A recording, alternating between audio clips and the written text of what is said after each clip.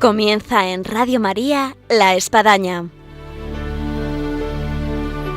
un programa dirigido por el Padre Arturo Díaz desde el Monasterio de la Encarnación en Ávila.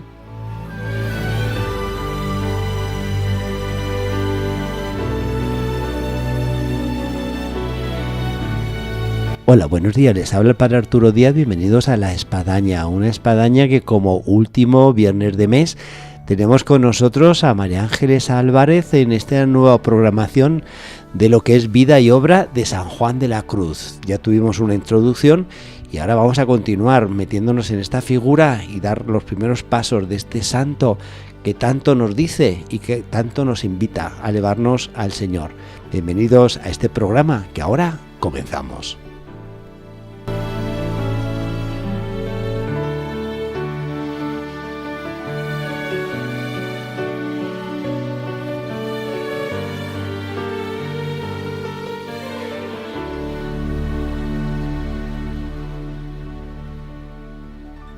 Buenos días, María Ángeles. Buenos días, un saludo para todos.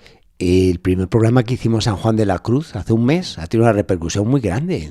Gente que nos ha llamado, que se ha comunicado, que nos ha dicho, en fin. Sí. Lo que hacen los santos, ¿eh? Es que yo además creo que lo que comentábamos en el programa es un gran desconocido. San Juan de la Cruz. San Juan de la Cruz.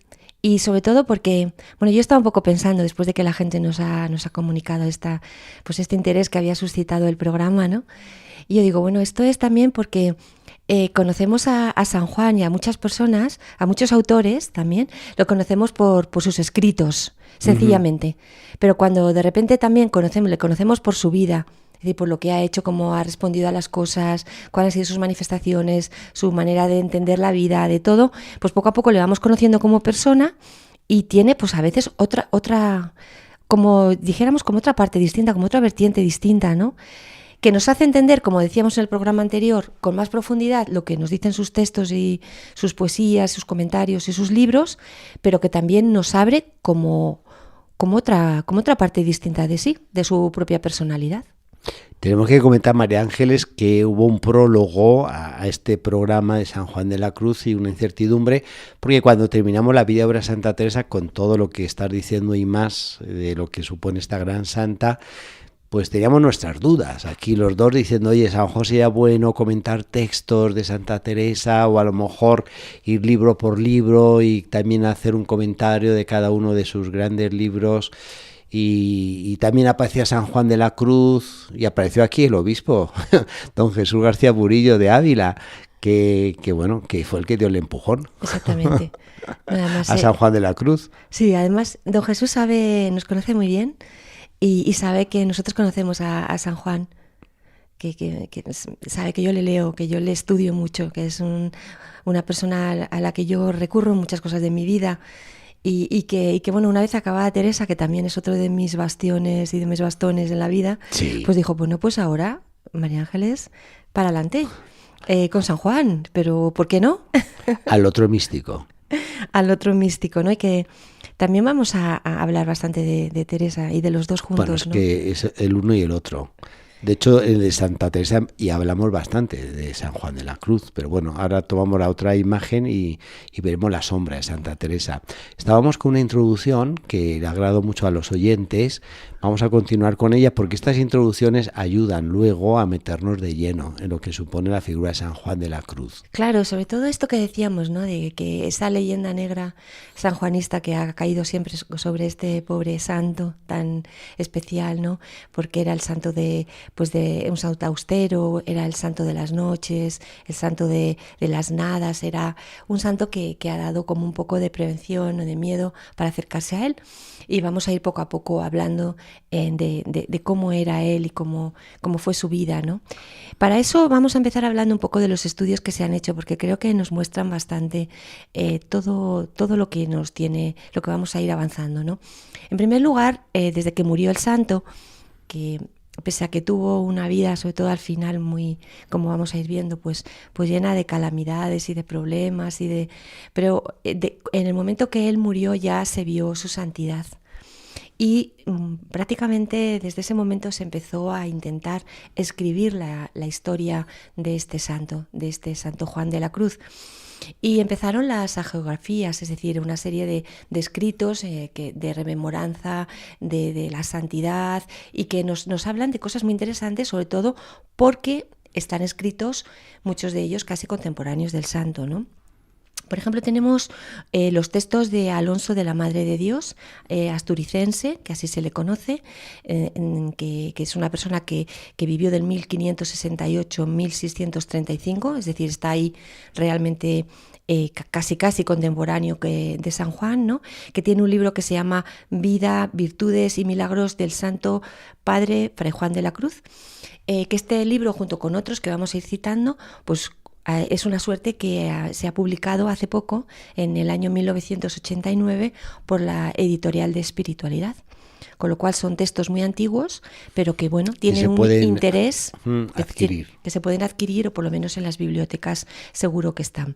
También, y son biógrafos muy auténticos porque son muy cercanos en la época. Sí, son cercanos. No son de estos de santos que nos han quedado y luego ha habido biografías posteriores, pero claro, en la lejanía del tiempo el autor pues no se las ve fácilmente. Claro, son hagiografías, es decir, luego vamos a hablar de las biografías un poco críticas, pero lo cierto es que tienen esa viveza de haber estado o relacionado con el santo o con personas que habían estado con él, es decir, nos cuentan cosas que para luego los investigadores han sido muy importantes para poder ir poco a poco haciendo esas biografías más analíticas, ¿no?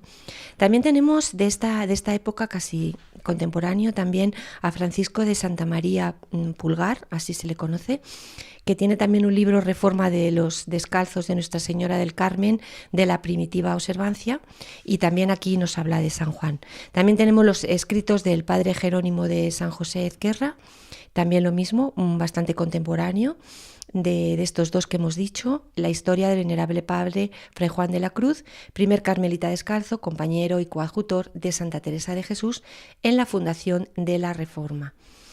Y que, bueno, esta sí fue editada, pues el padre José Vicente Rodríguez pues hizo todo lo que pudo y realmente consiguió que se editara por la Junta de Castilla y León en Salamanca en el año 1993. También tenemos los libros de José de Jesús María y Francisco Quiroga, Historia de la vida y virtudes del venerable Fray Juan de la Cruz, que se publicó en Bruselas en el año 1628. Y luego el del padre Velasco, Vida y virtudes del venerable varón Francisco de Yepes. Estas son un poco las hagiografías que digo, ¿no? Que tienen ese interés de la cercanía y que vamos a ir narrando muchas cosas a partir de lo que ellos nos cuentan. Y por otro lado, las biografías ya críticas en relación a San Juan de la Cruz, pues ya son de la segunda mitad del siglo XX. Obras tan importantes como la obra de Barussi, San Juan y el problema de la experiencia mística, que se hizo en París en 1924. Bruno de Jesús Marí, de San Juan de la Cruz también, y el que comentamos, el de Crisógono de Jesús Sacramentado, que comentamos en el programa anterior, sí. La vida y obra de San Juan de la Cruz, el de 1946, el de Silverio de Santa Teresa, la historia del Carmen Descalzo de 1936, el del Padre Efrén de la Madre de Dios y Ottenstein, que sabemos que es Tiempo y vida de San Juan de la Cruz, que también es otro de los grandes estudiosos del Carmelo. Y por último, el libro de nuestro querido profesor, el padre José Vicente Rodríguez, que como hemos dicho, San Juan de la Cruz es como el compendio de todo lo anterior. Sí, vamos, yo creo que con este último y el del Padre Efrén de la Madre de Dios casi ya queda poco más para escribir. Ya es. Al menos de biografía. Esto es lo que me comentaba. Pues ¿no? una buena biblioteca dejamos, sí. María Ángeles, a nuestros oyentes acerca de, desde los primerísimos tiempos de San Juan de la Cruz hasta nuestros recientes tiempos en torno a todo lo que se ha escrito sobre él. Respecto al padre Efrén de la Madre de Dios y Otter Stein, lo que dice padre, yo me acuerdo que me recomendó que leyera y estudiara para Santa Teresa, el libro que comentamos. Sí. El padre Rómulo Cuartas, Carmelita Descalzo, que en paz descanse, ¿no? Y entonces me dijo, María Ángeles, lee por ahí a Santa Teresa y podrás decir en la radio dónde desayunaba Santa Teresa y dónde comía. Como diciendo, en este libro está todo como muy desmenuzado. Todo. Y te va a ir diciendo muchas cosas. Y es lo que hemos hecho, es decir, ir poco a poco bajando al terreno de la vida, y es lo que vamos a ir haciendo también con San Juan, contando muchas anécdotas y muchas historias. Y luego nuestro querido padre José Vicente, bien sabe María Ángeles, que él escribe y bueno, luego cuando daba las conferencias parecía como que realmente estuvo con San Juan de la Cruz, en la fundación de Duruelo, de Granada, en recorrer los caminos de Castilla, en fin, parecía, te lo contaba y lo escribe como si hubiese estado ahí de primera mano, casi como que se hizo un self con San Juan de la Cruz. Completamente. De este padre que recordamos que Santa Teresa le llamaba medio fraile, ¿no? Sí. Que ha ido como desde entonces como muchas distintas interpretaciones de qué quería decir Santa Teresa con eso, ¿no? Si es que porque era bajito, que bueno, no debía de ser muy alto, o si era porque, yo creo que era porque era joven, ¿no? Hay que pensar que era un fraile muy joven cuando lo conoció Santa Teresa, bueno, no lo sé, ¿no? Decía María de la Cruz Machuca, una de las testigos de su vida, le describía así. Decía, con ser de mediana estatura y antes más de pequeña que de alto, con todo eso tenía grande ser y lo mostraba con una gran gravedad santa y humilde que se hacía respetar y venerar de todos, ¿no?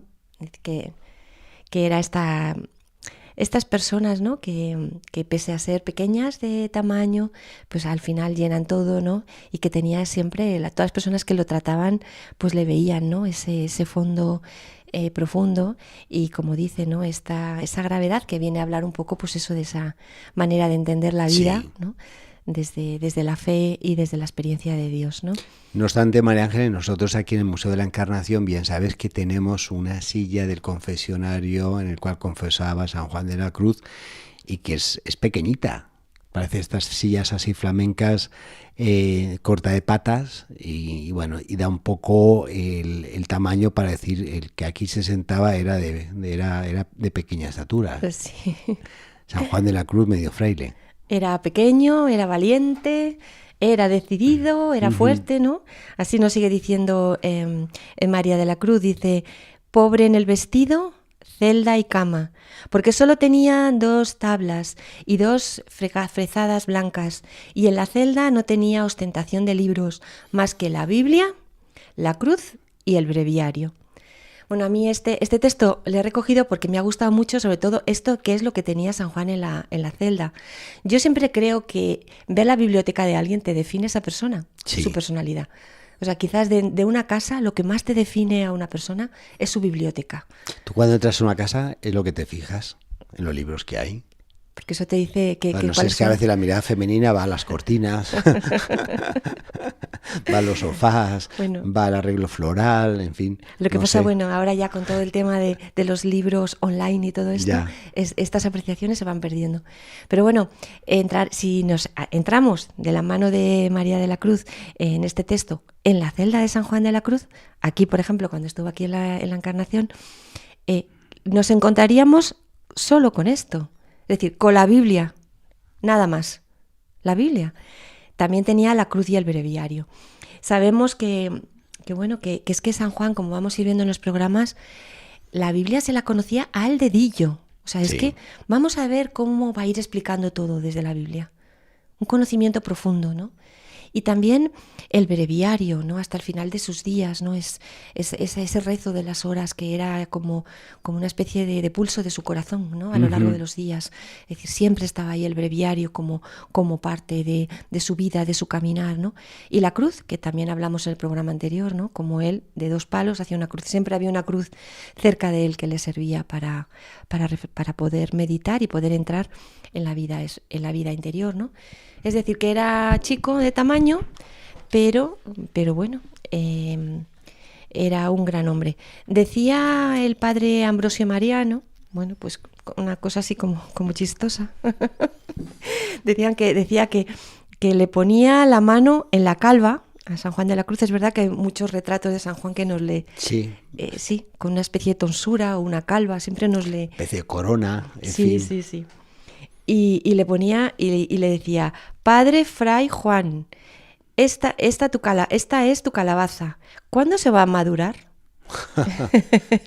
Y el santo le respondía, madurará cuando Dios la madure y no antes, aunque esté verde hasta la muerte. Ya. Bueno, pues estas cosas, ¿no? que se decían entre ellas, ¿no? Pero bueno, que era chico de tamaño, como decimos, pero que también era una persona pues afable, ¿no? Como hemos visto en esta anécdota. Es muy interesante la iconografía de San Juan de la Cruz, ya hablaremos de ella, pero las más diferentes figuras con las cuales se ha representado y la imaginación también de los artistas. Desde efectivamente presentar a alguien bajito, con una gran calva, con un rostro así un tanto fruñido, con una sombra de barba, con un aspecto pues como débil, flaco, como más espiritual que corporal, en fin, hay de todo en esa Sí. riqueza de imaginación artística. La verdad que sí.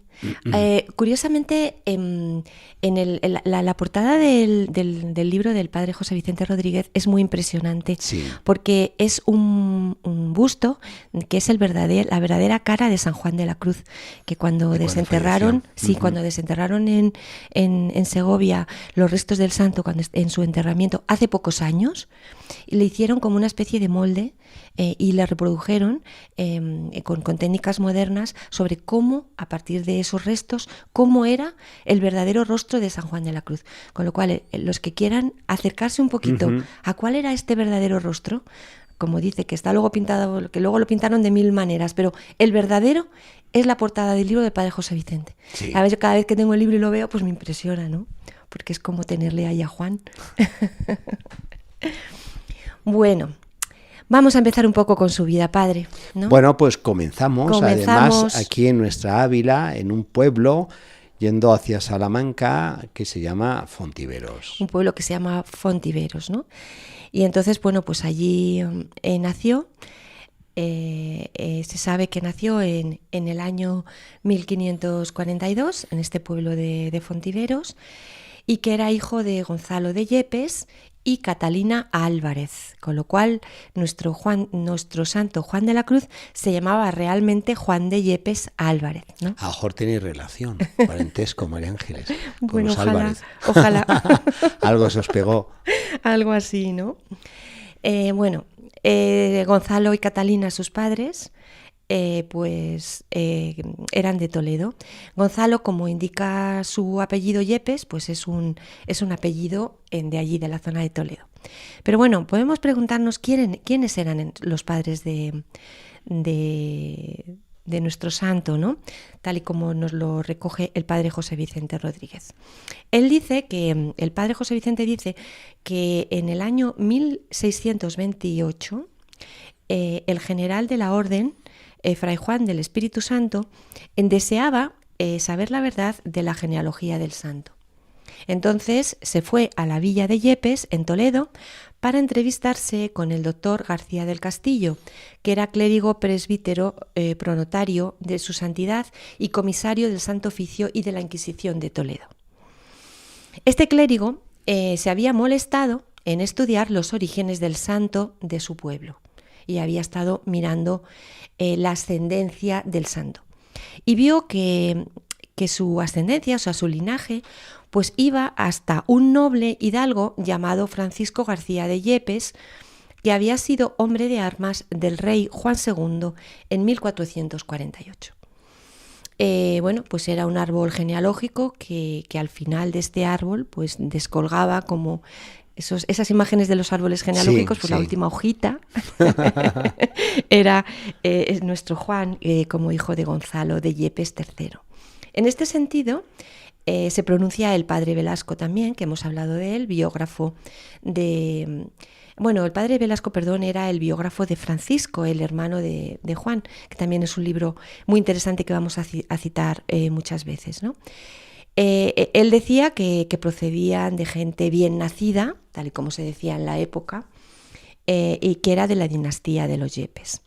De su padre, Gonzalo de Yepes, se decía que era hombre bien nacido y tenía parientes en la iglesia de Toledo. Bueno, voy a leer un texto que nos habla de todo esto y que está recogido de los escritos espirituales del hermano de Juan, de Francisco de Yepes, que también es un libro que se puede leer y que es muy interesante, ¿no? Los escritos espirituales de Francisco de Yepes. Dice así: los padres de Fray Juan de la Cruz fueron naturales de Toledo. El padre era noble, llamábase Gonzalo de Yepes. Su madre se llamaba Catalina Álvarez. Fuimos 3 hermanos. El menor fue el padre Fray Juan. Viniéronse sus padres a vivir a Fontiveros, donde se casó con la dicha Catalina Álvarez, pobremente. Catalina, huérfana, vive en Fontiveros en la casa de una noble viuda, en cuyo telar de sedas y burratos trabajaba. Además del telar, la viuda tenía una posada.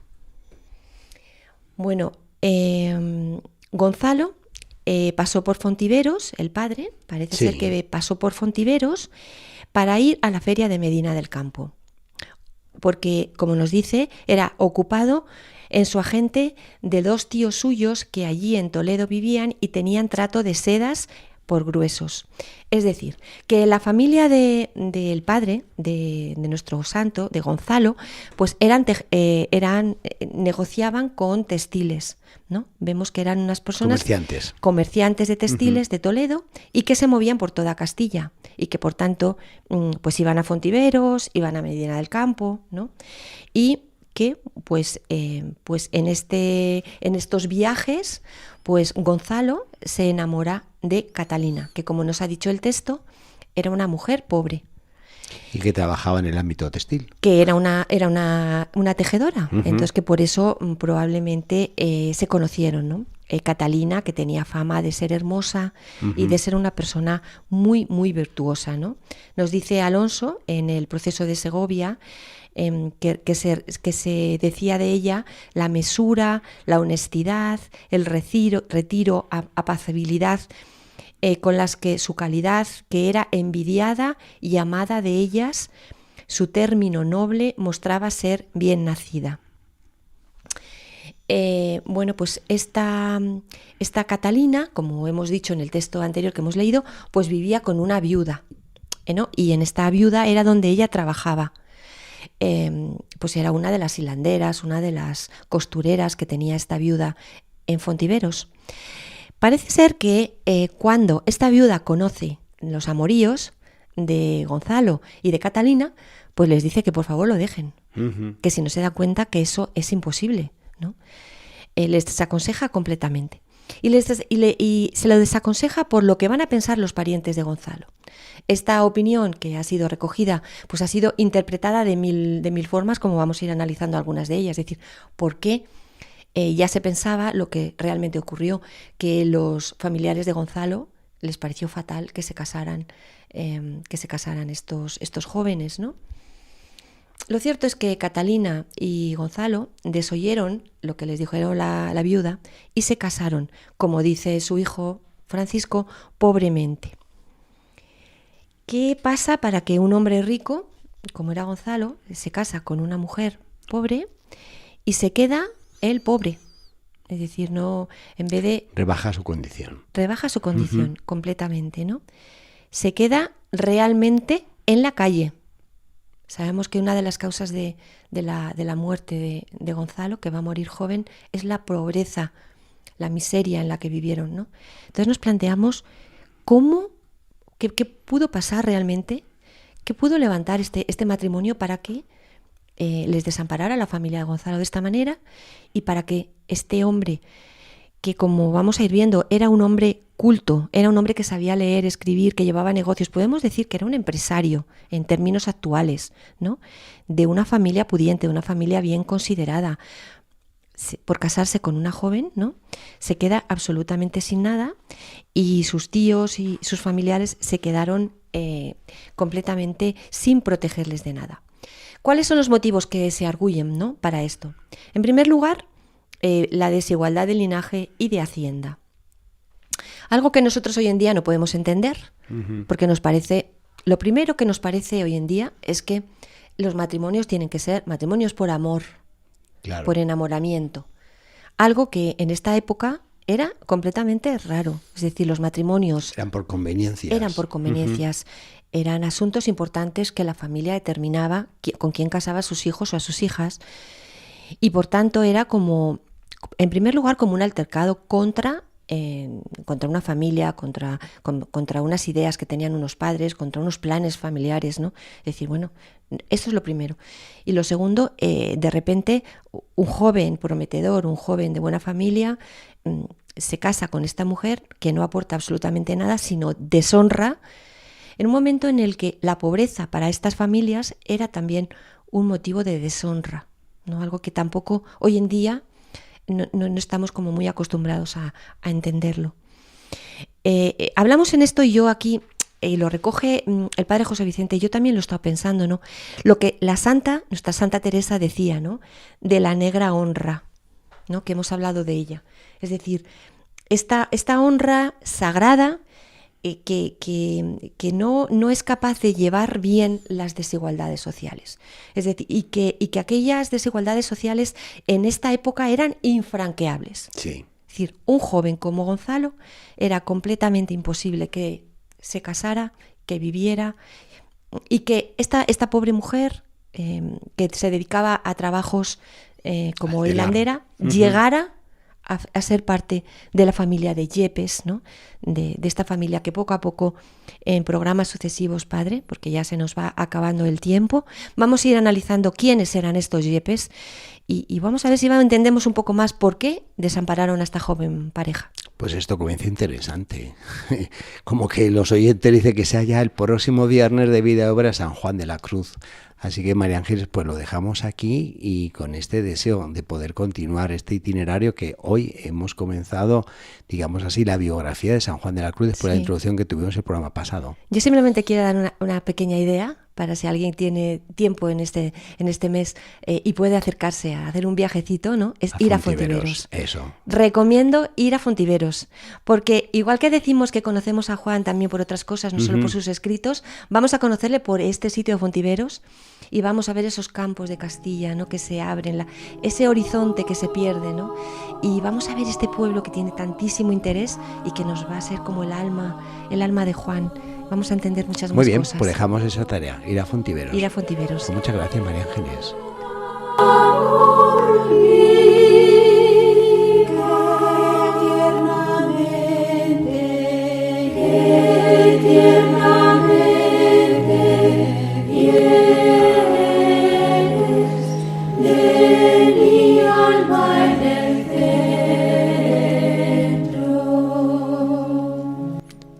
Llegamos así al final de nuestro programa de Vida y Obra de San Juan de la Cruz con María Ángeles Álvarez en esta programación nueva que tenemos en La Espadaña, adentrándonos en este gran místico donde hemos comenzado ya su biografía y donde seguiremos a lo largo de todo este tiempo hasta donde acabemos en lo que supone su vida y obra.